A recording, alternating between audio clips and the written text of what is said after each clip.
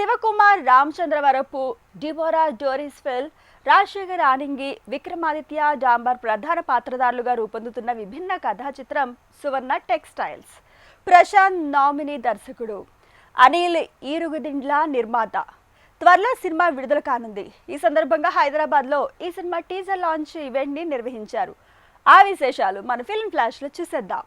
First నేను ఇక్కడికి రావడానికి మెయిన్ కారణం ఏంటంటే ప్రశాంత్ కాన్ఫిడెన్స్.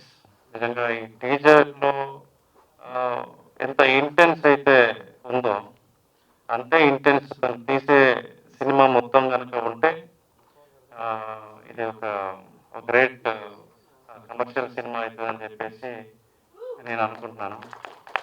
అండ్ ఇందులో అంటే మ్యూజిక్ కానీ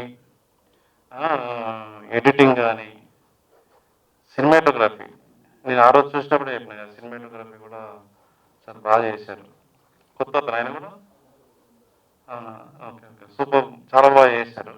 అండ్ ముఖ్యంగా శివ బ్రదర్ని నేను ఎప్పటి నుంచో చాలా షార్ట్ ఫిలిమ్స్లో చూశాను.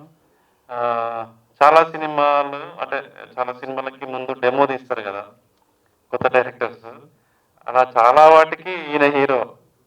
నేను ఇందాకే అన్నాను, ఏది నువ్వు డెమోలలో ఉంటున్నావు, మళ్ళీ నిన్ను మారుస్తున్నారు కొత్త డైరెక్టర్స్, పర్వాలేదు. ఇప్పుడు ప్రశాంత్ మాత్రం మార్చకుండా మిమ్మల్ని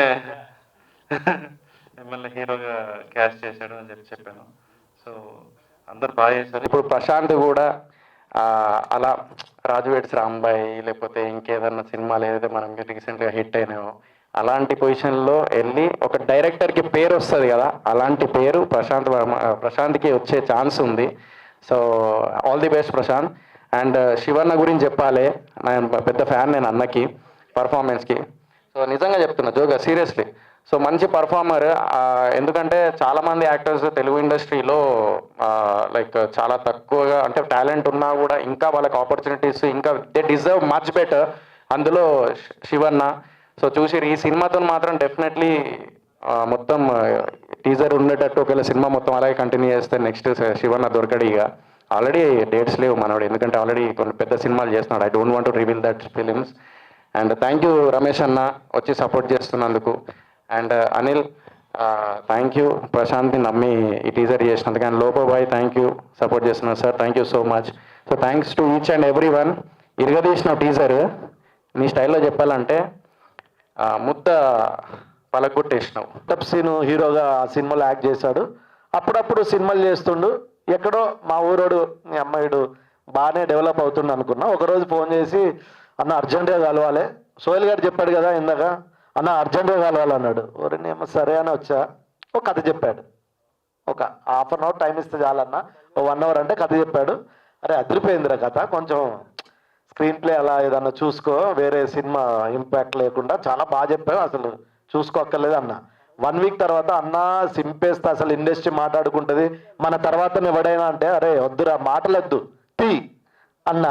నిజంగా ఆడు ఈరోజు ఇక్కడికి వచ్చి ఇది చూస్తే షాక్ అయిపోయినా సీరియస్గా. నాకు చాలా హ్యాపీ అనిపించింది. లేడాడు పోయిందా? అరే 12 సంవత్సరాల కిందట నిన్ను చూసి నీ అమ్మాయి అది మామూలుగా కాదు, నేను అబద్ధం చెప్పట్లే. వాడు అరే మాట్లాడద్దురా తీయాలన్నా తీసేశాడు. నిజంగా గ్రేట్ రా ప్రశాంత్, చాలా గ్రేట్.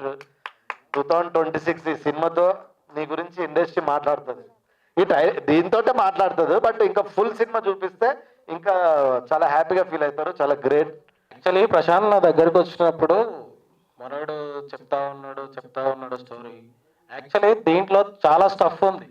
యాక్చువల్లీ ఈ స్టఫ్ చూసిన తర్వాతనే నేను మనల్ని ఓకే సెట్కి వెళ్ళిపోదాం, మనం 1 ఇయర్లో క్లోజ్ అవుతుందా అవ్వదా అని చెప్పేసి స్టార్టింగ్ నుంచి నేను అడిగినాను.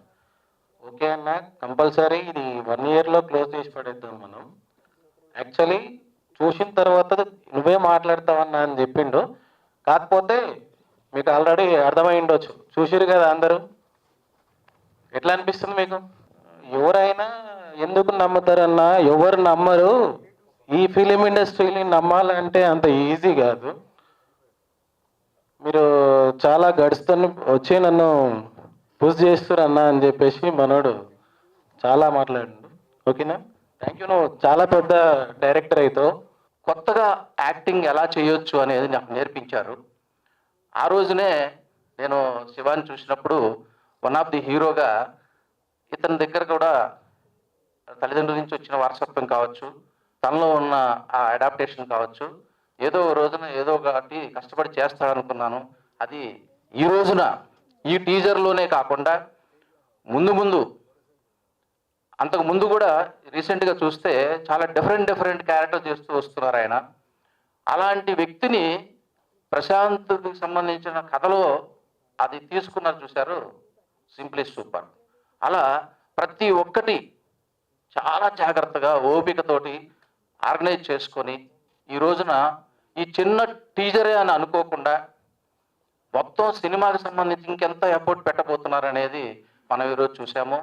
All the best. నేను చాలామంది హీరోల కథ చెప్పానన్న.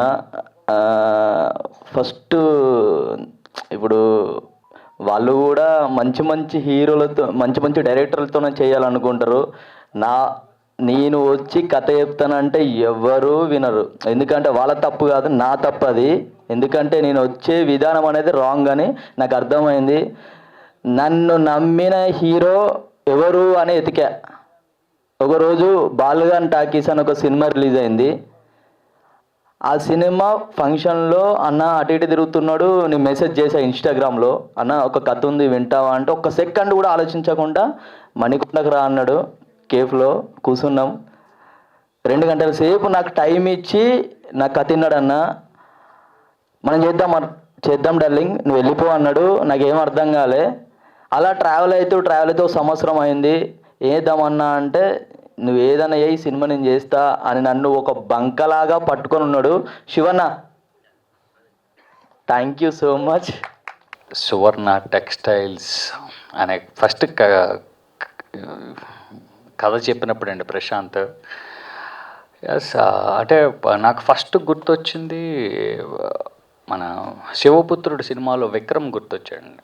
విక్రమ్ గారు గుర్తొచ్చారు వీడి కథ చెప్పినప్పుడు. It's a beautiful love story actually. అంటే మనం ఎందుకు ఈ క్యారెక్టర్ ప్లే చేయకూడదు, ఎందుకు మనం ఈ ఎమోషన్ ఆడియన్కి చెప్పకూడదు అన్నప్పుడు అన్నా ఎలా షూట్ చేస్తాను అది ఇది అంటే పర్లేదరా చేసేది ఇది అని. నైటీ వేసుకొని శిల్పారం రోడ్ల మీద పరిగెట్టించాడు. నైటీ వేసుకుని పరిగెట్టించాడు. తర్వాత ఇది చూశారు కదా, ఇది వేసి ఇది ఇంకా డైరెక్ట్ అది అక్కడ మన మియాపూర్ జంక్షన్, అది మాదాపూర్ హైటెక్ సిటీ రోడ్డు, ఇది వేసి బండి మీద తిప్పాడు.